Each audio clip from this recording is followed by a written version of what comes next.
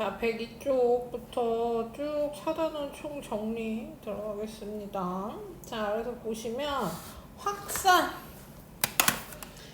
확산이랑 증발할 건데요. 우리 확산과 증발은 뭐냐면 물질을 구성하는 입자가 정지해 있지 않고, 안 보이네요. 물질을 구성하는 입자가 가만히 정지해 있지 않고 스스로 끊임없이 모든 방향으로 움직인다를 배웠어요. 이걸 배웠는데 뭐 하는 거냐면 이걸 우리가 볼 수가 없잖아요. 이걸 볼 수 없기 때문에 이걸 볼 수 있는 증거가 되는 현상으로 확산과 증발을 꼽는다라고 했습니다. 그래서 확산은 입자가 스스로 운동하여 퍼져나가는 현상이고요. 액체에서 확산은 우리가 눈으로 확실히 보이죠. 물에다가 잉크를 한 방울 뽁 떨어뜨리면 가만히 있는 게 아니라 잉크 입자랑 물 입자도 당연히 움직이죠. 그래서 잉크 입자랑 물 입자가 스스로 움직이면서 이렇게 못 그리겠네요. 얇은 걸로다가 물이 이렇게 물 입자들이 이렇게 움직이고 잉크 입자들도 잉크 입자대로 움직이면서 이렇게 퍼져나가게 되는 거죠. 그래서 퍼져나가면서 점점 시간이 지나면 완전히 퍼져나간다. 그래서 우리가 눈으로 확실하게 볼 수 있고요. 기체 확산은 뭐가 제일 많이 나오냐면 냄새가 많이 나요. 냄새. 그래서 향수 입자라던가 내가 여기서 향수를 뿌리면 내 몸에 향수를 뿌리면 나만 맡을 수 있는 게 아니라 향수 입자들이 많은 쪽에서 적은 쪽으로 퍼져나가면서 방 전체, 교실 전체에서 냄새가 난다. 이것도 또한 스스로 운동하여 퍼져나가기 때문이다. 그래서 스스로 운동한다는 게 제일 포인트죠. 그래서 우리 주변으로 볼 수 있는 확산 현상 보시면 모기를 쫓는다거나 냄새로 마약을 찾는다거나 이런 것들 다 냄새 나는 거네. 그쵸? 냉면에 식초 떨어뜨리면 국물 전체에 신맛이 난다. 이런 거라던가 향기가 퍼져나가는 것 모두 확산에 대한 현상입니다. 그래서 이것도 입자가 스스로 움직이면서 일어나는 현상이고요. 그 다음 증발은 물질을 구성하는 입자가 스스로 운동하여 액체 표면에서 기체로 변하는 현상입니다. 이게 중요하죠. 액체 표면에서만 일어나요. 여기서는 안 일어난다는 얘기예요. 이게 지금 아세톤 증발 현상인데요. 여기가 표면이죠. 그러면 얘는 증발되지 않아. 왜냐면 얘가 랜덤으로 어디로 움직이든지 어디를 가는지 간에 다 뭐예요? 이 안쪽이란 말이야. 이 아세톤 안쪽에서는 증발이 일어나지 않고 표면에 있는 애들은 여기서 여기로 움직이면 액체 아니지만 요 바깥쪽으로 움직이면 공기 중이기 때문에 요걸로 움직이면 증발입니다. 기체인 거지, 기체. 이 방향이 랜덤이니까요. 이렇게 해서 움직이게 됩니다. 그래서 액체 표면에서 기체로 변한다는 거 꼭 기억하시고, 여기서 보시면 거름종에다 아세톤을 떨어뜨렸어요. 아세톤을 떨어뜨렸더니 아세톤이 기체로 되면서 날아가서 점점 거름종이 가벼워진다. 요거는 뒤에서 저울 얘기하면 다시 할게요. 자, 젖은 빨래가 마른다. 교실 바닥이 마른다. 알코올이 잠시 후 사라진다. 오징어나 고추를 오래 보관하기에 말린다. 이게 수분이 있으면 상하기가 쉽기 때문에 말려서 보관하는 겁니다. 그 다음 자릿기 기억나요? 자릿기는 이제 물 떠놓는 거죠. 밤에 움직이기 힘드니까. 밤에 우리는 뭐 수돗물을 안 먹지. 뭐 정수기가 거실에 있고 한데 옛날 집에서는 부엌도 뿐만 아니라 부엌에 물이 충분히 막 콸콸 나오는 게 아니죠. 우물 가야 돼요, 우물. 그러면 밤에 움직이기 힘드니까 전기가 있는 것도 아니고 그래서 밤에 마실 물을 자릿기를 머리 위에 놔둡니다. 그게 자릿기야. 이름이 자릿기고 그 마실 물을 떠놓으면 밤새 물이 증발하면서 습도도 조절한다. 이런 얘기죠. 이거는 증발에 대한 현상이다. 뭐 이런 얘기입니다. 그래서 이것도 나오는 거죠. 그 다음에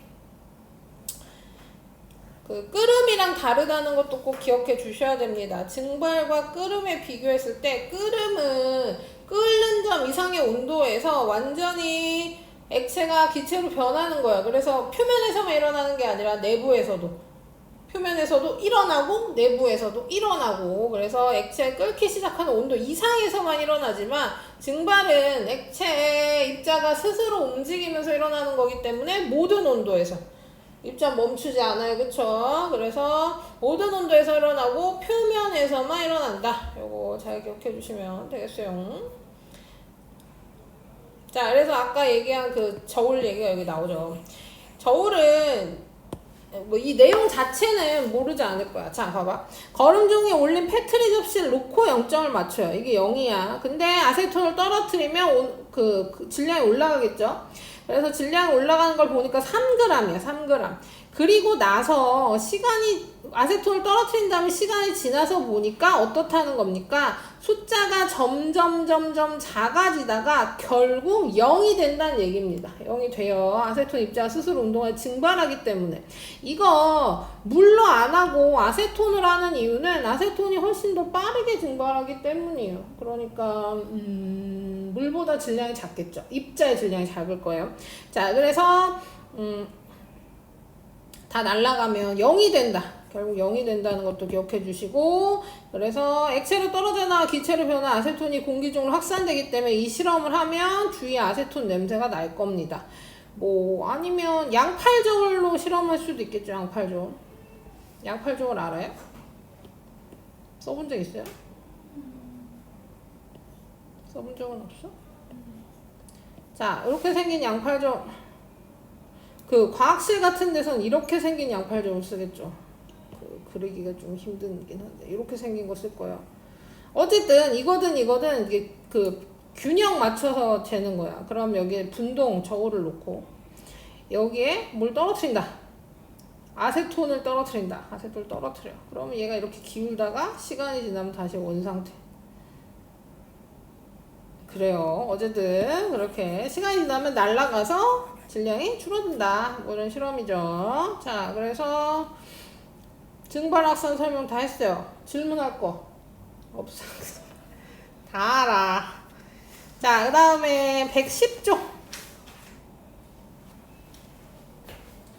그쵸? 다 했던 거니까. 자, 그래서 물질의 세 가지 상태도 구분해 보겠습니다. 고체, 액체, 기체, 고체, 액체, 기체. 우리 과학에서 상태가 뭐냐고 물어본다면 고체인지 액체인지 기체인지 물어보는 겁니다. 이 세 가지 상태로 구분할 수 있고요. 우리 특징 보시면 고체는 모양이 일정하고 부피도 일정해요. 그러니까 이렇게 모양도 일정하고 부피도 일정하고 단단하다. 압축되지 않는다. 내가 얘를 누른다고 해서 줄어들거나 이러지 않죠. 고체. 액체는 흐르는 성질이 있고요. 모양은 변하지만 부피는 일정합니다. 이거 무슨 얘기냐면 여기 그림에 나와 있듯이 그냥 비커에 담은 물이랑 삼각 플라스크에 담은 물이랑 보시면 물 모양이 다르죠. 물만 볼까요? 물만. 자, 물이 여기서는 요런 모양을 갖다가 용기가 바뀌니까 요렇게 변한다. 그쵸? 그래서 모양은 변한다. 하지만 여기가 100ml였다면 여기도 당연히 100ml다. 이런 겁니다. 그래서 부피가 달라지진 않는데 기체는 모양도 변하고 부피도 변한다 라는 겁니다. 풍선 안에 있는 기체랑 장갑 속에 있는 기체랑 모양이 다르죠. 부피도 다를 수 있어요. 부피도 내가 이 풍선을 눌러. 풍선을 이렇게 누른다고 칩시다. 그럼 어떻게 되는 거예요? 부피가 변하겠죠.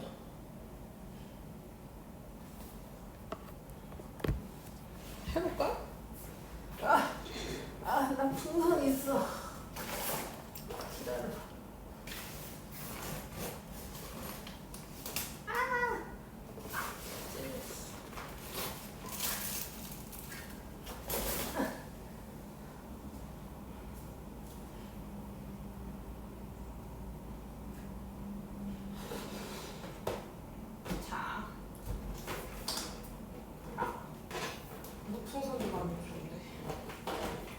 자, 풍선. 자, 풍선이 이렇게 있어요. 그러면 요 안에 기체가 들어있는 거죠. 그쵸? 근데 내가 여기를 이렇게 잡고 이렇게 눌러. 그럼 모양도 변하고 부피도 당연히 변하겠죠. 부피도 변하게 되는 겁니다. 근데 이 풍선에 뭐예요? 물을 채워. 물풍선을 만들면 내가 이렇게 눌렀을 때 이렇게 찌그러지는 현상 없을 거야. 물이 버티고 있으니까. 물은 입자와 입자 사이에 빈 공간이 별로 없어서 그렇게 되죠. 그래서 모양도 변하고 부피도 변한다. 둘 다 흐르는 성질이 있고요. 압축됩니다. 압축. 이렇게 압축되는 거. 이렇게 눌리면 이렇게 압축되는 거 얘기하는 거죠. 자, 그래서 이렇게 고체, 액체, 기체 구별할 수 있어요. 뭐 딱 보고 구별 안 되는 건 없잖아. 그쵸? 없죠? 푸딩은?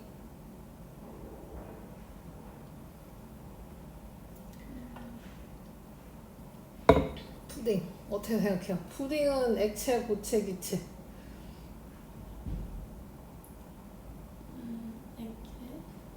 푸딩은 고체라고 봐야겠죠, 고체. 그러면 그거는 액괴. 액체?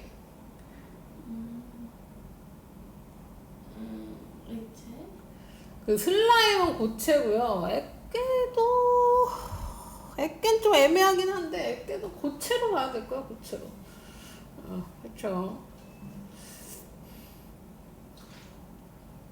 그래, 거기까지는 다 고체인 것 같아요. 자, 그래서 상태에 따라 특징이 다른 까닭은 입자 사이의 거리 때문에, 입자 사이의 거리, 그 다음 입자 사이의 불규칙한 정도, 입자의 운동성이 다르기 때문입니다. 그래서 그걸 볼게요.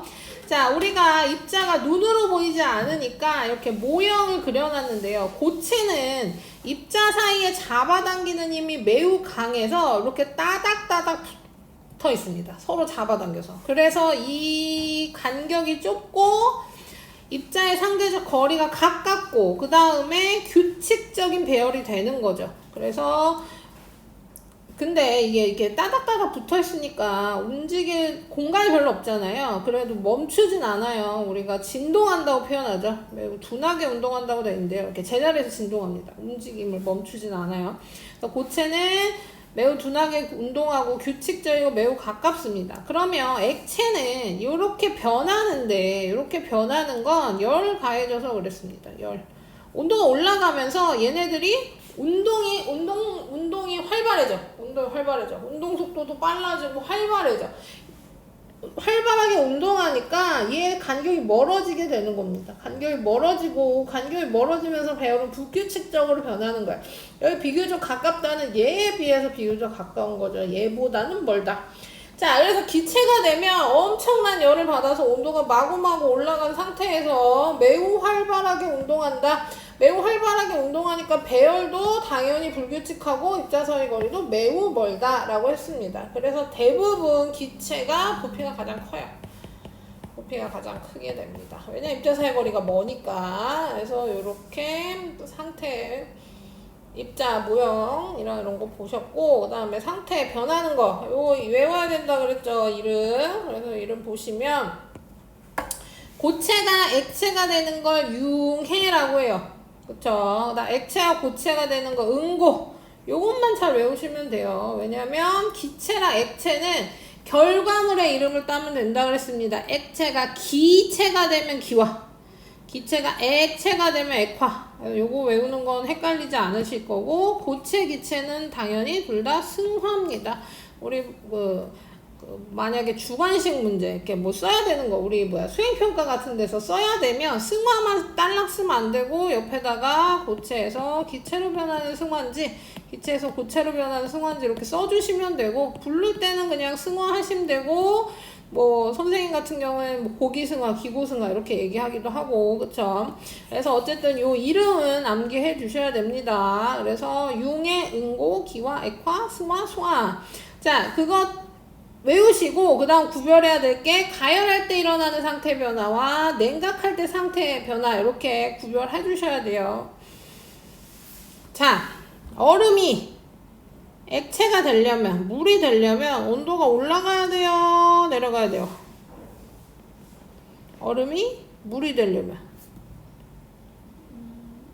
가열. 그쵸, 온도 올라가야 되죠. 그래서 가열해야 된단 말이야. 그러면 이렇게 온도 올라가야 되니까 융해가 되는 거고 액체가 기체가 될 때 다시 또 온도가 올라가야 되니까 이때도 온도 올라가야 되고 요 고기 승화할 때도 온도 올라가겠죠. 그래서 요 세 개가 가열할 때 상태 변화입니다. 융의 기와 승화. 반대로 차가워져야지 상태 변화하는 거. 기체가 액체가 될 때, 액체가 고체가 될 때, 기체가 고체가 될 때, 요럴 때는 냉각할 때 상태 변화입니다. 자, 그 중에 승화는 우리가 얼음으로 예를 들어도 얼음 뭐 기본적으로 얼음 보시면 얼음을 가열하면 액체가 되고 녹잖아요, 그렇죠? 그다음 그 물을 다시 가열하면 수증기가 되고 대부분의 물질은 순서대로 바뀌어요. 그 온도가 엄청 급격하게 변하지 않는 이상 보통 순서대로 바뀝니다만 얘네 승화하는 애들은 대부분 뭐냐면 승화성 물질이라고 해서 그런 애들이야. 승화하는 애들이야. 고체를 가열한 액체로 바로 액체가 되는 게 아니라 기체로 바로 변하는 애들. 이런 게 우리가 배운 게 뭐가 있었냐면 드라이 아이스가 제일 많이 나오죠. 드라이 아이스, 나프탈렌, 아이오딘, 보라색 아이오딘 이런 거 나오죠. 졸려? 너무 많이 잘하는. 엄청 놀려보고 있는데. 자, 그래서 그렇게 상태가 변합니다만 요거 중요하죠. 요 문장이 물질의 상태가 변할 때 성질은 변하지 않는다라는 겁니다. 무슨 얘기냐면 뭐 간단해요. 우리가 초콜릿을 예를 들어 볼까요? 초콜릿을 녹여. 그러면 초콜릿이 액체로 된단 말이죠. 지난주가 엄청 더웠잖아요. 그래서 무슨 일이 있었냐면 선생님 초콜릿을 하나 받았는데 가방에 넣고 차에 넣어놨어. 다음날 먹으려고 봤더니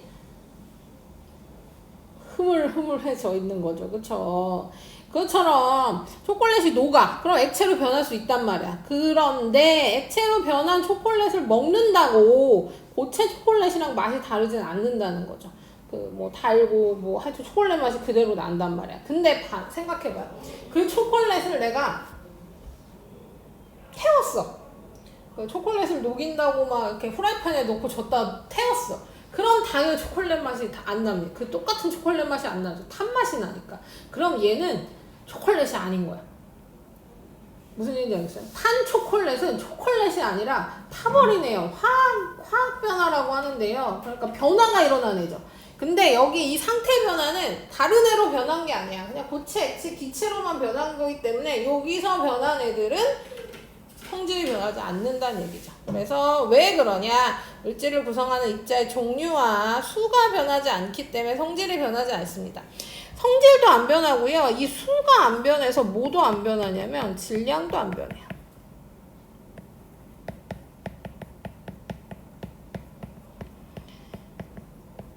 그러니까 초콜릿 100g을 녹여서 액체 초콜릿을 만들면 그 액체 초콜릿도 100g인 거죠. 질량이 변하지 않습니다. 왜냐면 그 입자의 종류와 수가 변하지 않기 때문에 이것도 기억해 주시고 112쪽. 그래서 얘가 나오는데요. 뭐 얘는 뭐 다 아실 테니까 우리 승화만 한 번 더 얘기할게요. 승화만. 자, 고체에서 기체로 변하는 현상 보시면 드라이 아이스 크기가 점점 작아진다거나 냉동실에 넣어둔 얼음이 점점 작아진다거나 영하 날씨에 그늘에 있는 눈사람의 크기가 점점 작아진대요. 드라이 아이스 크기는 실시간으로 작아집니다. 드라이 아이스 뭐 우리가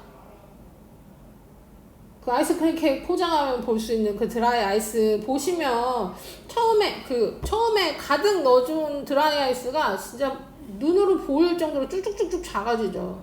그래서 드라이 아이스는 승화가 빠르게 일어나는 거고요. 그 다음에 여기 얘로 나와 있는 이 얼음 있죠. 냉동실에 넣어둔 얼음이라던가 영하의 날씨에 그늘에 있는 눈사람이라던가 이런 거는 사실 오래 걸려. 한참 걸립니다. 한참. 그냥 바로 날아가고 기체로 변하는 건 아니고요. 시간이 오래 걸려요. 자, 그래서 어쨌든 승화. 그 다음에 기체에서 고체로 변하는 건 그냥 너무 차가워서 원래 기체가 액체가 되고 액체가 고체가 되는데 너무 차가우니까 바로 얼어버린 거 얘기하는 거죠. 그래서 나뭇잎에 서리가 내린다거나 추운 겨울에 유리창에 성해가 생긴다거나 이거는 저번에도 얘기했지만 이거 성에는 우리가 제일 잘 보는 게 아이스크림 냉장고 이렇게 옆으로 이렇게 여는 거 그거 보시면 이렇게 냉장고가 이렇게 가로로 있으면 여기 벽에 엄청 많이 생겨 있어요. 기본값이야 기본값. 왜냐 아이스크림 녹지 말라고 온도를 많이 낮춰놓은 상태에서 여름에 막 열었다 닫았다 하면 공기 중에 수증기가 막 여기 달라붙어 있어요. 그래서 요게 점점 두꺼워집니다 사실. 점점 두꺼워져요. 자 그래서 그게 성해고요. 그 다음 상고대는 높은 산에서 수증기가 나무에 얼어 상고대가 생긴다라고 했습니다. 상고대는 그냥 보시면 알 거예요. 보시면 겨울에 산에 올라가 본 적 있어요? 그쵸? 여름에도 없는데 그치? 겨울에 올라갔어요. 올라가면 마치 눈이 내린 것처럼 이렇게 보여요. 이렇게 나무 끝에 이렇게 하얗게 붙어 있는 게 눈이 내려서 쌓인 게 아니라 얼어버린 거죠. 얼어버린 거. 그래서 겨울에 높이 올라가면 그냥 일반적으로 보이는 산 말고 저기 높은 곳에 올라가면 그거를 볼 수 있게 됩니다. 그걸 상고대라고 하는 거죠. 공기 중에 수증기가 나무에 붙어서 생기는 겁니다. 자, 그 다음에 변하는 거 보겠습니다. 변하는 거, 변하지 않는 거 구별해서 볼게요. 보시면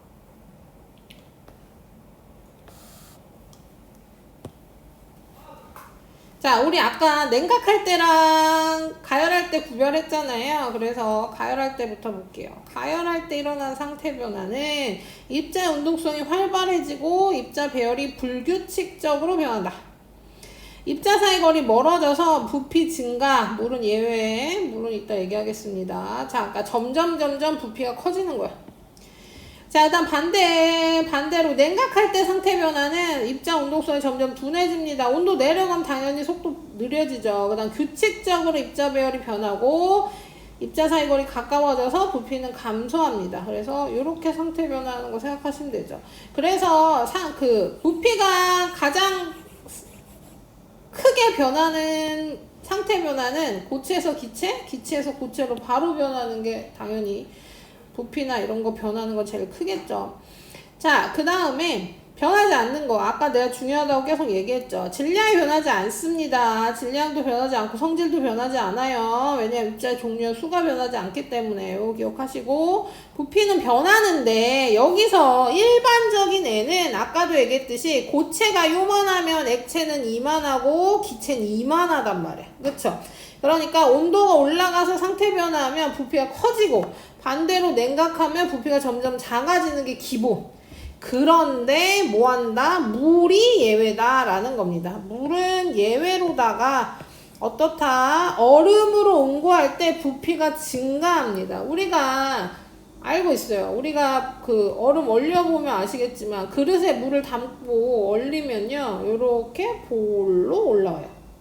우리가 양초를 녹여서 굳히면 오목하게 내려갑니다. 왜냐면 고체 부피가 제일 작으니까. 근데 얼음은 특이하게 고체 부피가 액체 부피보다 커서 이렇게 볼로 올라오게 돼 있어요.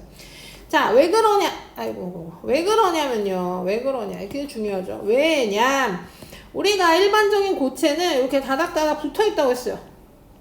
다닥다닥 붙어 있고, 그게 열을 받아서 운동 속도가 빨라지면 움직이게 되면서 사이가 살짝 멀어진다 라고 했습니다. 그래서 액체의 부피가 더 큰 거거든요. 그런데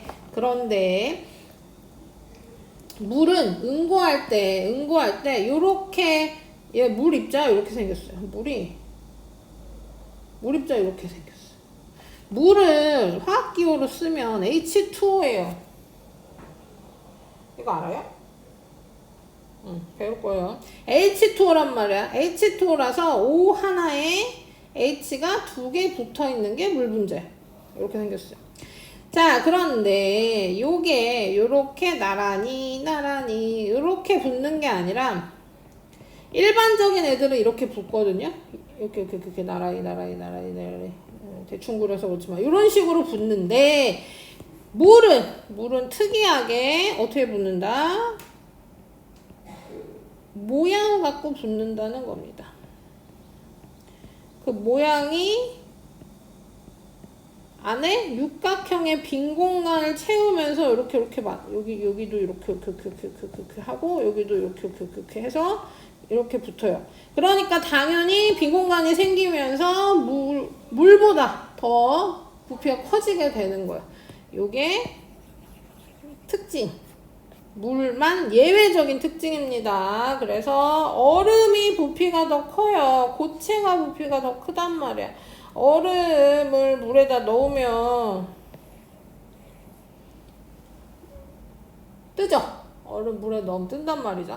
그 뜨는 게 엄청나게 특이한 상황이다. 뭐 이런 얘기입니다. 그래서 이거 꼭 기억해 주시고.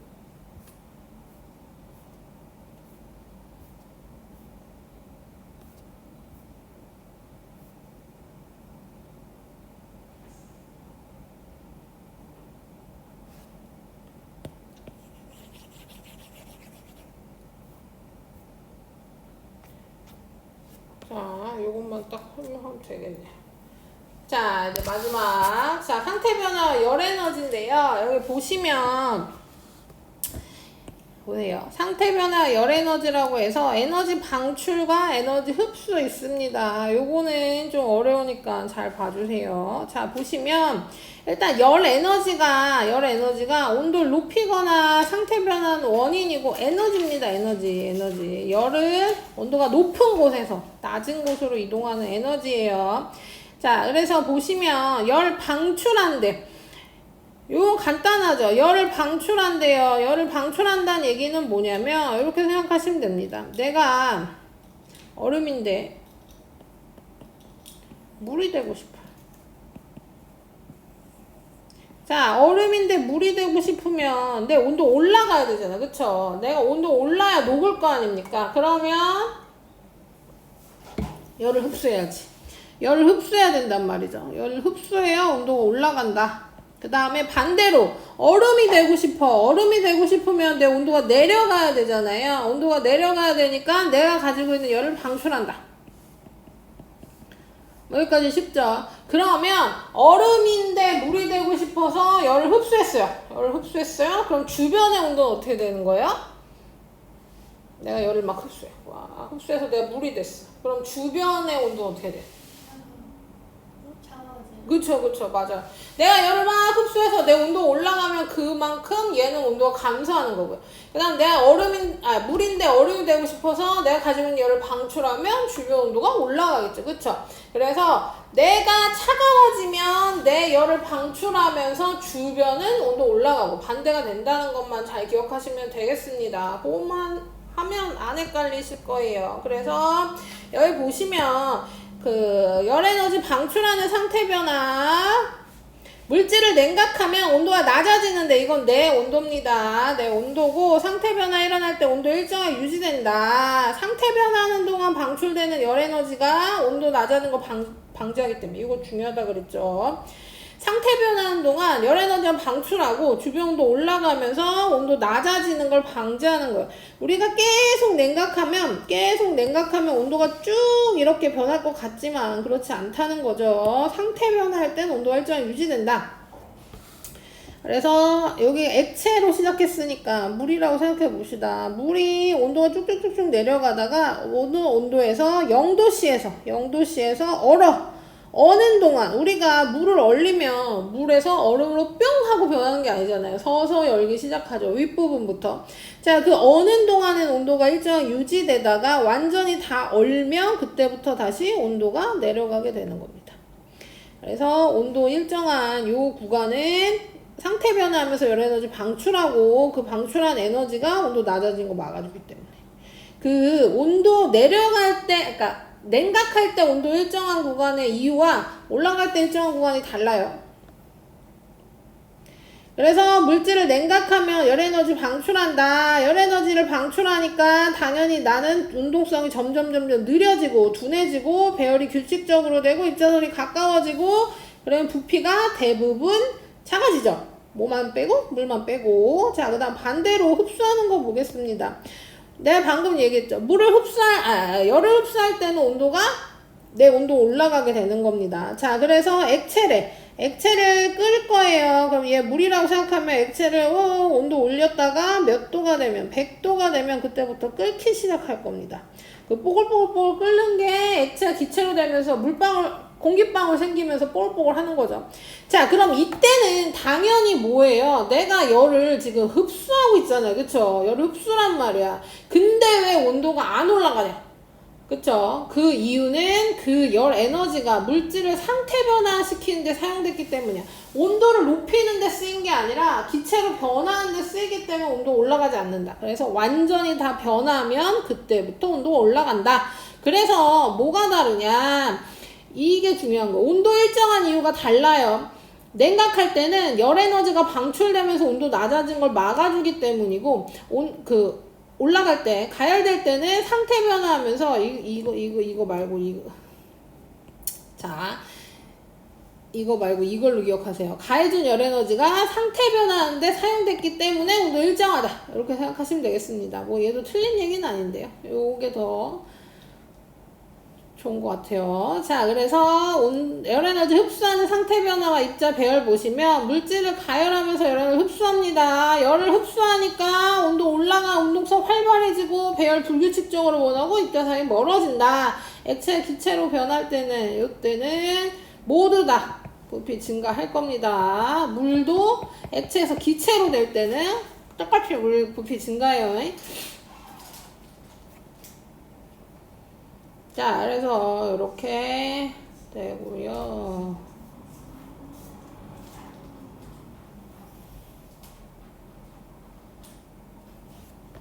여기 보시면 상태 변화가 일어나는 온도에 영향을 주지 않는 조건이라고 나오는데요. 영향을 주지 않는 요건은 물질의 양입니다. 물질의 양이 많던 적던 온도가 달라지진 않아요. 그러니까 물이 100도씨에서 끓는단 말이에요. 그럼 물이 이만큼 있던 요만큼 있던 100도에서 끓어요. 근데 우리 보면 당연히 물이 조금 있는 게 더 빨리 끓고 물이 많이 있으면 천천히 끓는단 말이야. 그러면 우리가 이걸 안 배우면 이렇게 생각할 수도 있죠. 얘가 빨리 끓으니까 얘는 100도 전에서 끓는 거니까. 그게 아니라 100도까지 도달하는 시간이 짧은 거고, 물이 많으면 100도까지 도달하는 데 시간이 오래 걸리는 거다.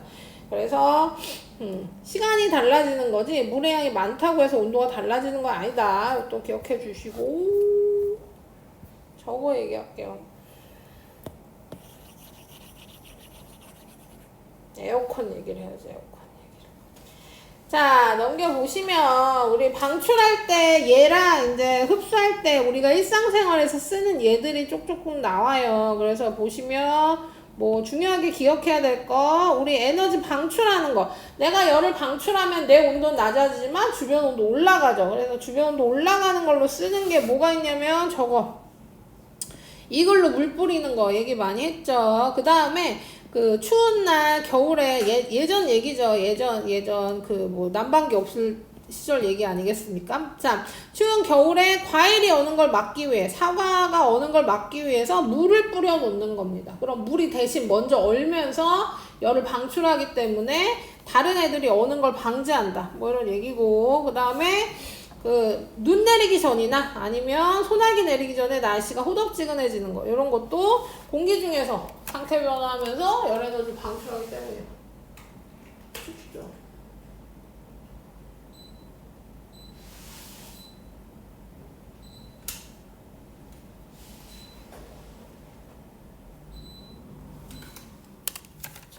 그래서 그런 게 열 에너지 방출이고요. 흡수는 이제 차가워지겠죠. 주변 온도 낮아집니다. 내가 온도 올라가면서 주변 온도 낮아진다. 그래서 우리가 얼음 채워서 보관하는 건 얼음이 차가운 것도 있지만 얼음이 녹으면서 열을 흡수하기 때문에 더 시원하게 보관할 수 있고요. 그 다음에 양가죽으로 만든 주머니에 물을 보관하면 시원해지는 이유는 양가죽에 구멍이 뚫려 있어요. 엄청나게 작은 구멍이 뚫려 있으면서 물이 새진 않는데, 물이 셀 정도의 구멍은 아니지만 스물스물 스며 나오면서 걔네들이 증발하면서 열을 흡수하기 때문에 주변보다 온도가 낮은 시원한 물을 마실 수 있다. 그런 얘기죠. 그리고 우리 주사 맞기 전에 알콩으로 알코올 묻힌 솜을 손등으로 문지르면 훨씬 더 빠르게 시원해지기도 하고요. 여름에 물놀이 가서 신나게 놀다 나오면 춥게 느껴지는 이유도 이렇게 물에 안에서 쭉 나오면 피부에 물이 확 묻어있을 거 아니에요. 그러면 그 물들이 증발하면서 일시적으로 확 증발하면서 춥게 느껴지는 겁니다.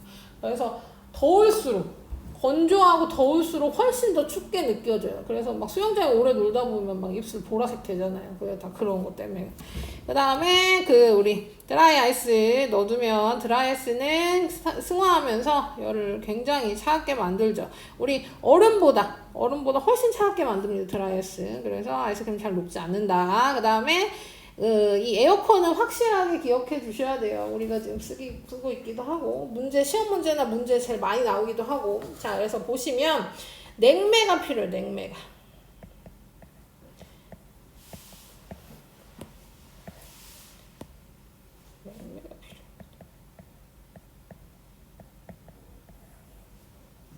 근데 이게 문제가 그거죠. 그 얘기 들어봤어요. 지금 유럽에도 폭염이 와서 40도 막 그런데 거기는 에어컨이 없대. 에어컨이 없는 이유가 뭐 여러 가지가 있겠지만 옛날 막 돌로 지은 건물들 막 이런 옛날 건물들이 유럽에 많이 남아있단 말이야. 로마 시대 뭐 이럴 때 이런 거 보존해서 남아있어. 근데 우리가 에어컨을 설치하려면 뭐 해야 되냐면요. 안에만 이렇게 똘랑 설치한다고 끝이 아니잖아요. 우리 실외기가 있어야 되니까 여기 벽에 구멍을 뚫어야 된단 말이에요. 그리고 실외기를 밖에 달아야 되죠. 그러면 외관이 보기 좋을 뿐만 아니라 건물이 손상된단 말이에요. 그래서 유럽에서 그런 이유 때문에도 에어컨을 잘 설치 안 하는 이유가 하나 있거든요. 그러니까 실외기가 무조건 있어야 돼요. 안에 에어컨을 설치하는 게 끝이 아니야. 그래서 그 얘기를 해보겠습니다. 왜 실외기가 꼭 필요한가? 자, 우리가 냉매가 있어야 되는데 냉매를 어떻게 할 거냐면 액체에서 기체로 이 실내기가 이 안에서 이 냉매를 액체에서 기체로 바꾸고 있는 중이에요. 지금 실시간으로 전기를 써서. 자, 전기를 써서 액체에서 기체로 바꾸면 열을 흡수하니까 바람이 차가워져. 그럼 여기서 이 뜨거운 공기가 막 들어가. 그럼 여기서 차갑게 만들어서 이리로 내보내주는 거죠. 그 와중에 뭐가 생겨요? 물이 생겨요. 왜냐면 공기 중에는 여기 수증기가 잔뜩 있을 거 아니에요. 여름에 특히 잔뜩 있다. 근데 여기 들어가서 차갑게 만드니까 그게 물로 변한 거야. 그래서 그건 여기에 모으는 거죠. 그리고 차가운 바람이 나와요. 그러면 냉매가 액체에서 기체로 쭉쭉쭉쭉 변하면 하루도 안 갈 거예요. 이게 한 번 기체에서 변하고 끝이면 이제 어때요? 다시 쓸 수 없죠. 그러니까 기체를 어디로 보내요? 그러니까 기체로 변한 냉매를 실외기로 보내는 거야. 실외기로 보내면 여기서 하는 역할은 기체가 액체로 변하는 걸 하는 겁니다. 기체에서 액체로 변하면 열을 방출하죠. 그쵸? 열 에너지 방출하니까 뜨거운 바람이 나오게 되는 겁니다. 근데 이거를 어디 안에 설치할 수 없죠. 지금 시원하라고 트는 에어컨인데 뜨거운 바람이 나온 걸 어디 한 공간에 같이 설치할 수 없으니까 우리가 밖에다 설치하는 거고. 그래서 액체로 변한 냉매는 다시 안으로 보내주는 역할을 하는 겁니다. 그래서 전기가 하는 역할은 그걸 계속 돌리는 역할을 하는 거죠. 그러면서 실외기에선 더운 바람이 나오고 실내기에선 차가운 바람이 나오게 만든 겁니다. 그래서 냉장고도 똑같죠. 냉장고는 범위가 엄청나게 조그맣잖아요. 우리는 지금 이 에어컨으로 방을 시원하게 하는 건데, 냉장고는 요 안에 냉장실만 차갑게 하면 되는 거잖아요. 그래서 안에다 이 냉매를 설치하고, 실외기를 바깥에 설치하는 게 아니라 건물 밖에 설치할 필요가 없죠. 그래서 냉장고 밖에, 냉장고 뒤편에 보시면 실외기 같이 생긴 애가 설치돼 있어요. 그리고 거기서 뜨거운 바람이 나옵니다, 실제로.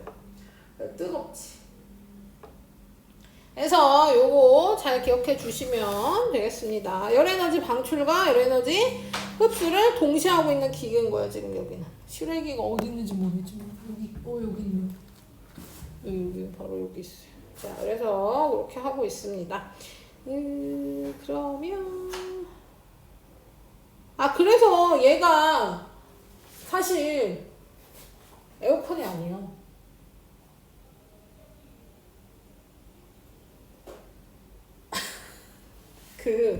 온풍기도예요, 온풍기. 그러니까 에어컨 겸 온풍기야. 그럼 어때요? 겨울엔 뭐 하면 돼요? 반대로 쓰면 되죠, 반대로. 얘가 뜨거운 바람 나오고 저기서 차가운 바람 나오겠지. 그렇게 써도 됩니다. 쓸 수 있는 기계야. 냉방도 되고 난방도 되고. 그래서 겨울엔 좀 추워. 얘로 부족해. 그래서 제가 있는 거지. 저것도 난방기야. 그래서 그런 식으로 쓸 수 있다 라는 겁니다. 그래서 한번 쭉 정리했어요. 질문할 거